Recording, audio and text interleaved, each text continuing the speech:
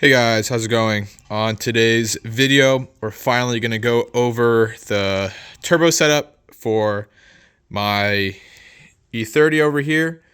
I've been waiting quite a while for the last few bits to get in, but they finally arrived. So as you can see, I've already taken off the Ireland Engineering race headers so that we can install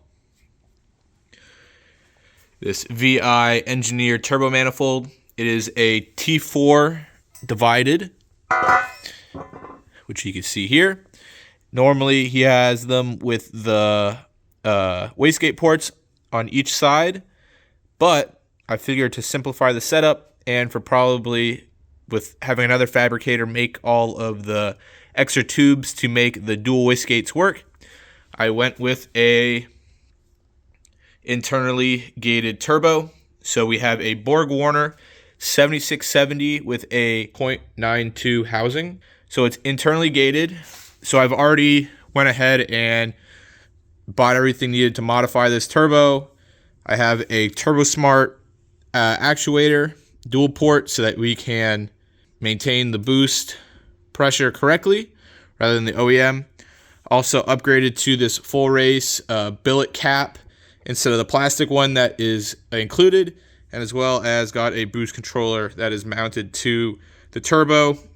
For now it is. I probably won't mount it to the turbo once it's in the car, but everything is in its own little condensed spot right here, just like that, so that we didn't need extra tubing coming out here, going to the exhaust, and then wrapping all the way around, trying to keep everything nice and tight in the engine bay. I also have a nice Funk Motorsport turbo blanket for the turbine housing. I will be sending out the turbine housing, probably the manifold and the downpipe, all to get Cerakoted or jet hot coated. Haven't fully decided who I'm going to send it to yet, but that's the plan. So let's go ahead and install it on the motor. Now the fun part, let's go ahead and get the turbo installed. I already bought the studs here somewhere. Fantastic.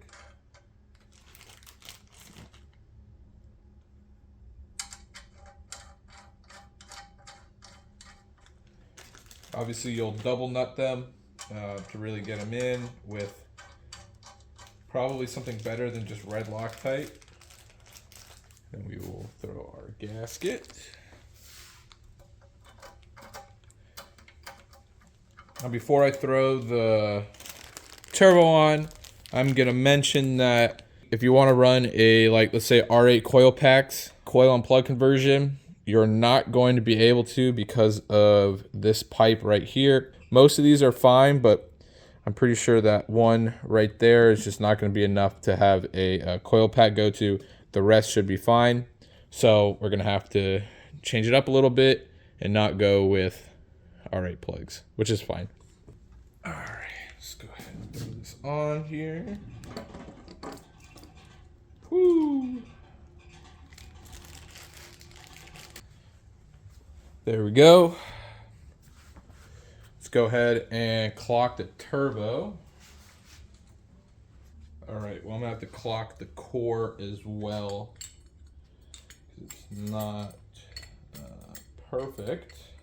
Anyway, that looks to be about right. We'll have the, well, obviously this isn't gonna work out well, so we'll have to fix that because that is not going to work.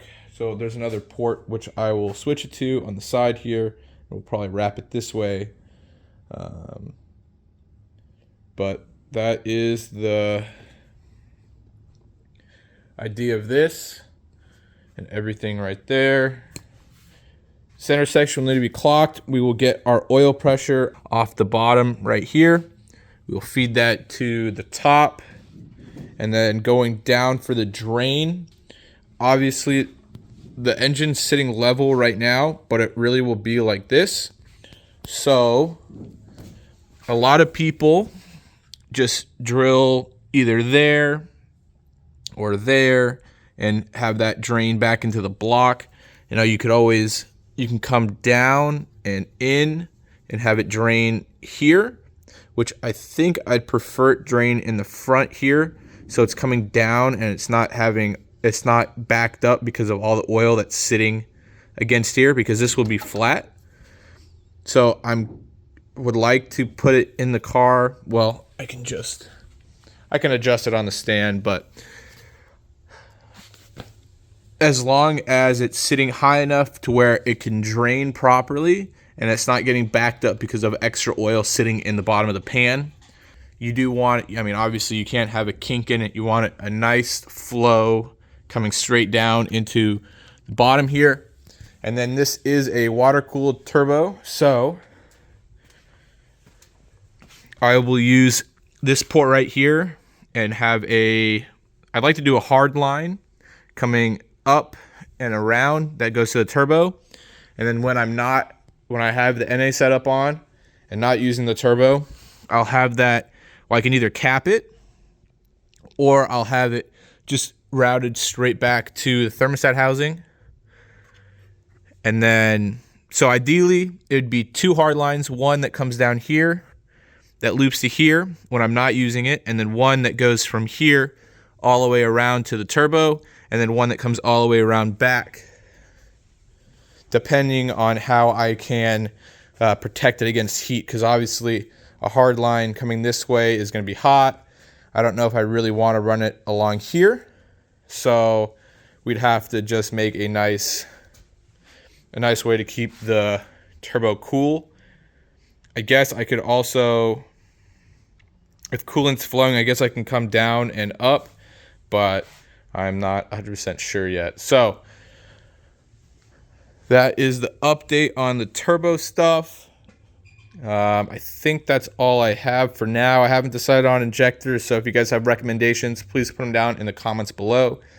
I think, because I'm going to be running E85, I think I need to be around 1,000 cc's per injector, but if you guys have anything else to discuss, put it down below.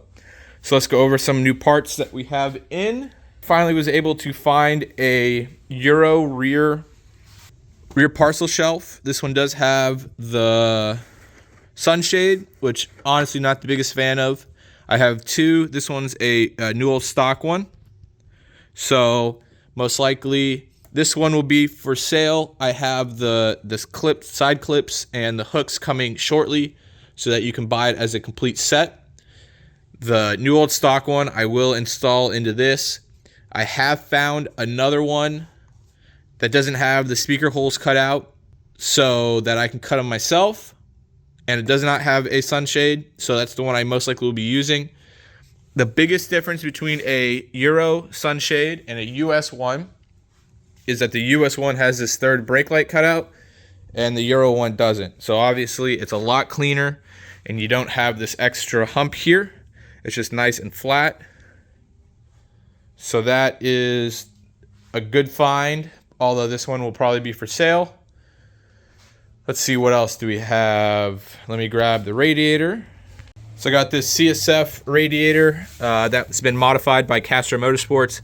It adds the filler neck to the radiator itself, so I can, one, delete the expansion tank, and two, I no longer have to run the Chase Bays one off the thermostat housing. So I'll put a post here, or if you haven't even seen that video, you can go check it out right there, where I put one on the thermostat housing and it worked great.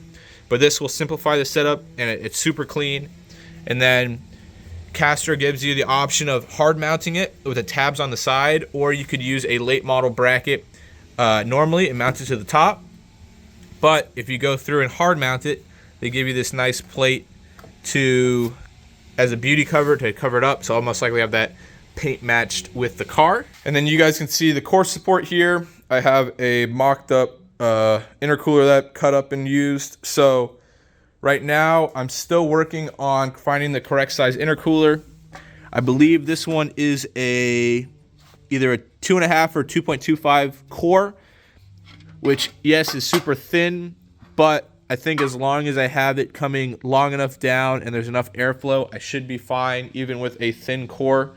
The plan is to run piping underneath the headlights, so it'll go like this and hit the core and then go straight across up top here with a nice open grill, so that it has nice airflow rather than running it below like most people do, and they come down through the port and the port right here. They come down and they go into the intercooler that hangs low.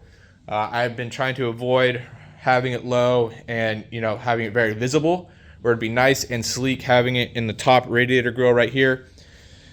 I have finalized the plates, so that video, although it's supposed to be this week's video, it will most likely be next week's video. I just want to make sure they're perfect before I release them. And that is pretty much it for the update. If you haven't seen the PT1 install, you guys can click up there. And that is pretty much it for the update right now. I'm still working on the sound system. I got my new head unit, which is right there. And I'm making it fit in E30 dash. You can see it's cut right there. Wink, wink. So that is it for now. Super stoked on the turbo setup. So this is V3 of the motor. V4, stay tuned. Most of you guys know already. You know a little bit of that, but I don't want to release V4 until all of this is coated and it looks perfect. So thank you guys for watching. Don't forget to like and subscribe. If you don't already follow me on Instagram, right here at The Masked Driver. If you guys need any BMW parts, I have a ton. Hit my parts page at Rage It Parts. And the next video will either be the plates, hopefully, or we will go ahead and get the motor attached to the trans and in the car so we can start test fitting everything so that it can be sent off to paint and we can finally get this project moving and back on the road. So thank you guys for watching. Have a great day.